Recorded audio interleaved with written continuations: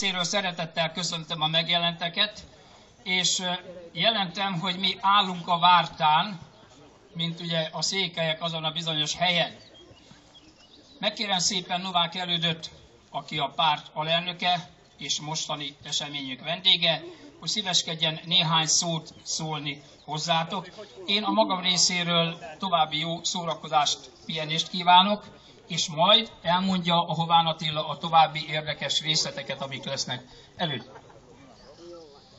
Köszönöm szépen. Tisztelt Hölgyek és Urak, kedves taktársak, bajtársak, honfitársak! Engem ért az a megtiszteltetés, hogy ezt a rendezvényt megnyithatom itt némi légvédelmi oltalom mellett.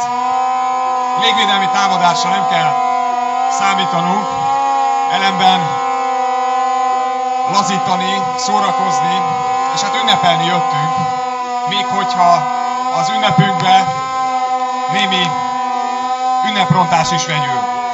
Hiszen május 1-én, azaz holnap, van a 8. évfordulója annak, hogy csatlakoztattak minket az Európai Unióhoz. Ahhoz az unióhoz, amely a nemzetek Európáját akarja felszámolni, ahhoz az unióhoz, amelyik gyarmatosít minket, Magyarországot. Úgy csatlakoztattak minket az Európai Unióhoz, hogy a felelősséget ránk tolták népszavazással. Ennek ellenére népszavazást tartani a kilépésről már nem lehet. Nem lehet, mert az új alaptörvény, amit a kormány mindenféle nemzeti együttműködésnek hangoztatott rendszerrel szemben valójában csak kormánypárti szavazatokkal fogadott el, nem biztosít lehetőséget az uniós tagságunk felfüggesztésére. Amire már a Lisszaboni szerződés is lehetőséget biztosít, arra sajnos nem biztosít lehetőséget Magyarország alaptörvénye.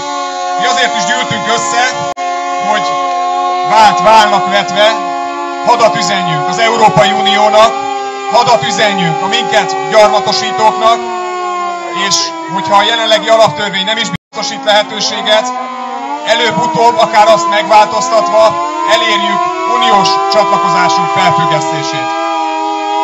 Ma, illetve holnap a munka ünnepén erre is gondolnunk kell, uniós csatlakozásunk megszüntetésére, és ilyen értelemben kell, azt gondolom, válnak vetve, belső nézeteltéréseken felülemelkedve, hadat üzennünk az Európai Uniónak. Én ennek a hadüzenetnek a szellemiségében szeretnék jó szórakozást, és további jó kondíciót kívánni. Jó szórakozást kívánok!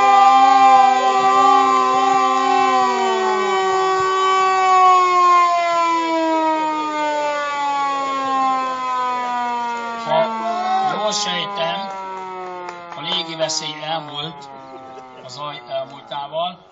Megkérem szépen Hován Attilát, hogy szíveskedjen elmondani, hogy mi az, ami várható itt a mai napból, és mi az, ami lesz. Légy szíves, Attila. Most jön le a gátról, de ő a gáton van, tudjuk, tehát ott is marad. No pazarán. Én is szeretettel köszöntök mindenkit. Hát itt a bemelegítés után lenne egy, elmondanám a programot, ami úgy zajlana, hogy lenne itt egy bemutató, ami a rongyosok tartanának. Majd utána 11 órától lenne egy kastélylátogatás. Lehet folyamatosan íjászkodni, pinball bemutató a hátsó szekcióba, majd bor-pálinka verseny, főzőverseny nappal. Délután 1 óra körül lenne a zsűrizése az ebédnek, majd utána szépen megesszük. Utána lenne egy kis holtidő, mindenki pihen, eszik, iszik, beszélget. Majd 3:30 körül lenne egy nemzeti rock együttes, a Balsós együttes, ami 3:30-kor kezdene, egészen záróráig. Hát érezzétek magatokat tényleg jól. Ennyi lenne.